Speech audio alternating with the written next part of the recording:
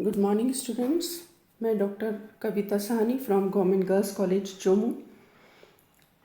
आज हम BSc part 2 के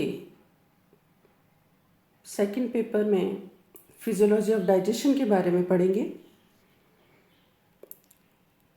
जितने भी ऑर्गेनिज्म हैं बच्चों, आपको पता है सभी ऑर्गेनिजम्स में लगातार ग्रोथ होती है और हम ये भी जानते हैं किसी भी ऑर्गेनिज्म की ग्रोथ के लिए उसे कुछ पदार्थों की आवश्यकता होती है। तो ये पदार्थ या सब्सटेंसेस जो किसी भी ऑर्गेनिजम्स को और हमें चाहिए होते हैं हमारी ग्रोथ के लिए, वो कहलाते हैं न्यूट्रिएंट्स, या इन्हें हम लेते हैं फूड की फॉर्म में। भोजन हम करते हैं। और इस भोजन में ऐसा क्या है जिससे कि हमें एनर्जी मिले, ग्रोथ हो हमारी? क्यों? क्योंकि जो भोजन हम लेते हैं उससे हमें एनर्जी भी मिलती है और ये एनर्जी भी बॉडी के लिए ज़रूरी है, क्योंकि शरीर की जितनी भी क्रियाएं होती हैं, जितनी भी एक्टिविटीज़ हम करते हैं, उन सब के लिए ऊर्जा की आवश्यकता होती है। और ये ऊर्जा और ये एनर्जी सब हमें उस फूड के ऑक्सीडेशन से ही मिलती है। अब इस फूड में ऐसा क्या है जिससे कि हमें एनर्जी मिलती है? तो वो है उसके कॉन्स्टिट्यूएंट्स, फूड के कंटेंट्स। क्या लेते हैं हम फूड में? तो जो फूड हम खाते हैं उसके मेन कंपोनेंट या नरिशिंग मटेरियल जो उसमें होते हैं, जिसके कारण कि हमारी ग्रोथ होती है, हमें एनर्जी मिलती है, उसके मेन कंपोनेंट जो हैं वो हैं कार्बोहाइड्रेट, प्रोटीन और लिपिड्स। ये मोटे मोटे 3 कंपोनेंट हैं जो कि हम जानते हैं। इसके अलावा मिनरल्स और विटामिन्स, ये 2 चीज़ें भी बहुत ज़रूरी हैं, बहुत इम्पॉर्टेंट हैं, क्योंकि ये भले ही कम मात्रा में चाहिए होती हों, लेकिन बॉडी की ग्रोथ के लिए, बॉडी की एक्टिविटीज़ के लिए, बॉडी में होने वाली कई रिएक्शंस के लिए इन सब चीज़ों की बहुत ज़्यादा इम्पोर्टेंस है। तो इसलिए हम जो भी भोजन लेते हैं उसमें इन सब का सम्मिलित होना बहुत ज़रूरी है। अगर ये सब पदार्थ या ये सब कंपोनेंट हमारी डाइट में होते हैं, जो भोजन हम ले रहे हैं उसमें एक निश्चित मात्रा इनकी ज़रूरी होती है, और उस निश्चित मात्रा की कमी या ज़्यादा अधिकता होने से बीमारी होती है, डिजीज़ेस होती हैं। तो इसका मतलब ये हुआ कि ये सभी कंपोनेंट हमें भोजन में ज़रूरी है, लेकिन उसकी भी एक संतुलित मात्रा होनी चाहिए। तो इस तरह का भोजन जिसमें ये सभी कंपोनेंट जो कि बॉडी के द्वारा रिक्वायर्ड है एक संतुलित मात्रा में होते हैं, वो बैलेंस्ड डाइट कहलाती है।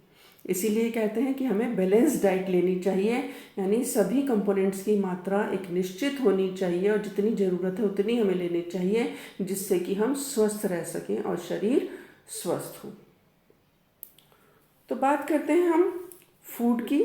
जैसा मैंने आपको बताया अभी कि main component carbohydrate, protein, lipids हैं। इसके अलावा मिनरल और विटामिन्स की भी थोड़ी हम चर्चा करेंगे। तो ये कार्बोहाइड्रेट्स क्या हैं? कार्बोहाइड्रेट्स जो हैं केमिकल कंपाउंड्स हैं, जिसमें कि कार्बन, हाइड्रोजन और ऑक्सीजन होता है। इन कार्बोहाइड्रेट्स को 3 कैटेगरी में बांटा गया है: मोनोसेकेराइड, डाइसेकेराइड और पॉलीसेकेराइड। कार्बोहाइड्रेट्स को साधारण भाषा में हम शुगर भी कहते हैं, शुगर से क्योंकि ये। तो मोनोसेकेराइड्स जो हैं वो सिंपल शुगर हैं, और जो डाइसेकेराइड्स हैं वो 2 मॉलिक्यूल्स मोनोसेकेराइड के मिलके डाइसेकेराइड बनाते हैं। तो मोनोसेकेराइड के एग्जांपल्स जैसे आपको पता है ग्लूकोज है, गैलेक्टोज है, फ्रक्टोज है, ये सब मोनोसेकेराइड में आते हैं। और डाइसेकेराइड, जैसा मैंने अभी कहा, 2 मोनोसेकेराइड्स मॉलिक्यूल मिलके डाइसेकेराइड बनाते हैं। तो इसमें माल्टोज, सुक्रोज और लैक्टोज आते हैं। इसी तरीके से पॉलीसेकेराइड्स हैं, तो मोनोसेकेराइड्स के कई मॉलिक्यूल्स मिलकर एक चेन बना लेते हैं, जिन्हें पॉलीसेकेराइड्स कहते हैं। स्टार्च, ग्लाइकोजन, सेलुलोज, ये सब पॉलीसेकेराइड्स में आते हैं। अब ये क्यों ज़रूरी है, कार्बोहाइड्रेट की क्या इम्पोर्टेंस है? तो मेन बात है, इम्पॉर्टेंट एनिमल फूड है, यानी हमारे भोजन का मुख्य भाग है कार्बोहाइड्रेट्स। और ये जो साइटोप्लाज्म है उसका जो स्केलेटन है वो कार्बोहाइड्रेट का ही बना होता है। इसके अलावा ये एनर्जी रिच मॉलिक्यूल्स होते हैं, इसलिए ये फ्यूल की तरह भी यूज़ होते हैं फॉर रेस्पिरेशन। तो जब हम रेस्पिरेशन होता है तो फूड का ऑक्सीडेशन होता है और उससे एनर्जी प्रोड्यूस होती है। और उसके बाद ये जो कार्बोहाइड्रेट्स हैं ये स्टोर्ड फूड के रूप में भी होते हैं, यानी भोजन संचय जो होता है वो भी, जैसे कि ग्लाइकोजन है वो एनिमल्स में संचित भोजन के रूप में रहता है। इसी तरीके से स्टार्च और सेल्यूलोज जो है वो स्टोर्ड फूड के रूप में प्लांट्स में होता है। तो इस तरीके से बॉडी के लिए कार्बोहाइड्रेट बहुत ज़रूरी है। नेक्स्ट कंपोनेंट जो है वो है प्रोटीन। प्रोटीन भी बहुत इम्पॉर्टेंट है, ये भी ऑर्गेनिक कंपाउंड्स हैं और इसमें कार्बन, हाइड्रोजन और ऑक्सीजन के साथ साथ नाइट्रोजन भी होता है। और जो इनकी बेसिक यूनिट्स हैं वो है अमीनो एसिड्स, यानी सभी प्रोटीन्स जो हैं वो अमीनो एसिड्स के बने हुए होते हैं। और ये प्रोटीन्स जो हैं वो 3 तरह के होते हैं on the basis of their structure. Simple proteins, complex proteins होती हैं और एक डिराइव्ड प्रोटीन्स होती हैं। और बॉडी के लिए बहुत ज़्यादा इम्पॉर्टेंट है, जैसे मैंने अभी कहा कि ग्रोथ के लिए प्रोटीन बहुत ज़रूरी होती है। जो हमारे शरीर की वृद्धि होती है या जो ग्रोथ होती है बॉडी की, उसके लिए प्रोटीन बहुत ज़रूरी है, क्योंकि ये सेल का बेसिक फ्रेमवर्क जो है या जो ढांचा है वो इन्हीं से बनता है। इसके अलावा जितने भी सेल ऑर्गेनल्स हैं उनकी बाहर की जो मेम्ब्रेन है उसमें भी प्रोटीन बहुत ज़रूरी होती है। कई एक्टिविटीज़ होती हैं, शरीर की कई क्रियाएं होती हैं जिनमें कि एंजाइम्स की ज़रूरत होती है। ये एंजाइम्स भी एक्चुअली प्रोटीन्स ही होते हैं। इसके अलावा सेल्स के अंदर कई ऐसे मॉलिक्यूल्स होते हैं छोटे, जिनको कैरी करने के लिए इन प्रोटीन मॉलिक्यूल्स की ज़रूरत होती है। तो ये इन इम्पॉर्टेंट मॉलिक्यूल्स को कैरी करने का काम भी करते हैं। इसके अलावा बॉडी में बहुत सारी ऐसी एक्टिविटीज़ होती हैं, मेटाबॉलिक एक्टिविटीज़ होती हैं जो कि हार्मोन से नियंत्रित होती हैं, और ये हार्मोन्स जो हैं वो भी प्रोटीन के रूप में ही होते हैं कई बार। तो कभी कभी ज़रूरत पड़े बॉडी को तो इनका भी ऑक्सीडेशन होके एनर्जी भी ये प्रोड्यूस कर सकते हैं। इसके अलावा प्रोटीन्स जो हैं वो कुछ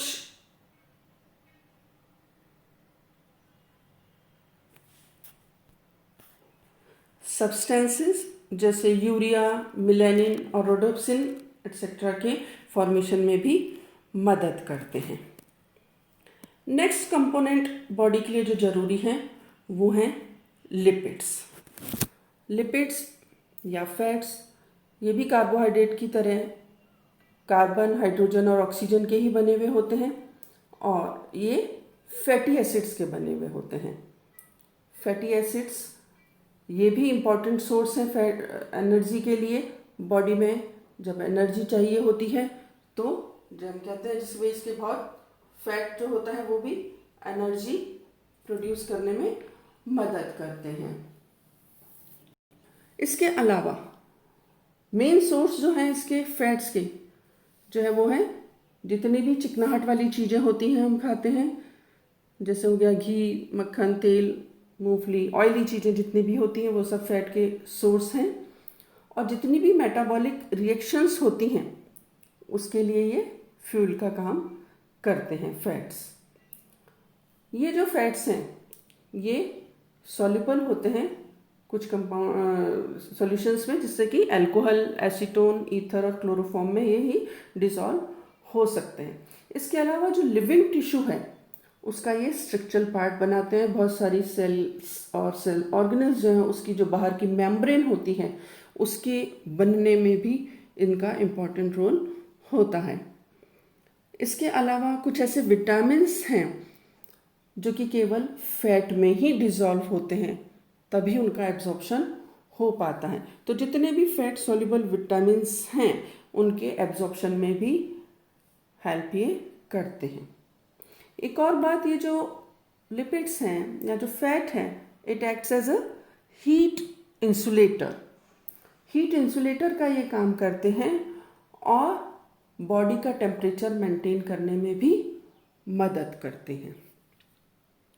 another component required by the body, they are mineral. Minerals या लवण ये भी बॉडी के लिए ज़रूरी होते हैं। ये जितने भी खनिज लवण होते हैं इनको दो तरह के होते हैं, कुछ असेंशियल एलिमेंट्स होते हैं और कुछ नॉन असेंशियल एलिमेंट्स होते हैं। कुछ तो ऐसे होते हैं जो कि बॉडी की जितनी भी एक्टिविटीज़ हैं या मेटाबॉलिक रिएक्शंस हैं उनको कंट्रोल करने के लिए ज़रूरी होते हैं और इम्पॉर्टेंट होते हैं। ये असेंशियल एलिमेंट्स कहलाते हैं। और इसमें भी फिर दो तरह के होते हैं, जैसे कुछ मैक्रो एलिमेंट्स होते हैं जो कि ज़्यादा मात्रा में होते हैं और कुछ माइक्रो एलिमेंट्स जो कि सूक्ष्म मात्रा में पाए जाते हैं और बहुत ही सूक्ष्म मात्रा में बॉडी के द्वारा रिक्वायर्ड होते हैं। और ये सारे जितने भी मिनरल्स हैं वो पाए जाते हैं या हमें मिलते हैं, जैसे मिल्क में, एग में, मीट या ग्रीन वेजिटेबल्स और फ्रूट्स जितने भी हैं उनसे हमें मिनरल मिलते हैं। और बॉडी के वेट का करीब 4% भाग जो होता है वो मिनरल्स का ही होता है। अब कुछ जो खनिज लवण हैं वो इनऑर्गेनिक होते हैं और हमारी बॉडी में कई तरीके से प्रेजेंट होते हैं और कई बीमारियों से भी हमें बचाते हैं, जैसे calcium, phosphorus, potassium, sodium, chlorine. ये जो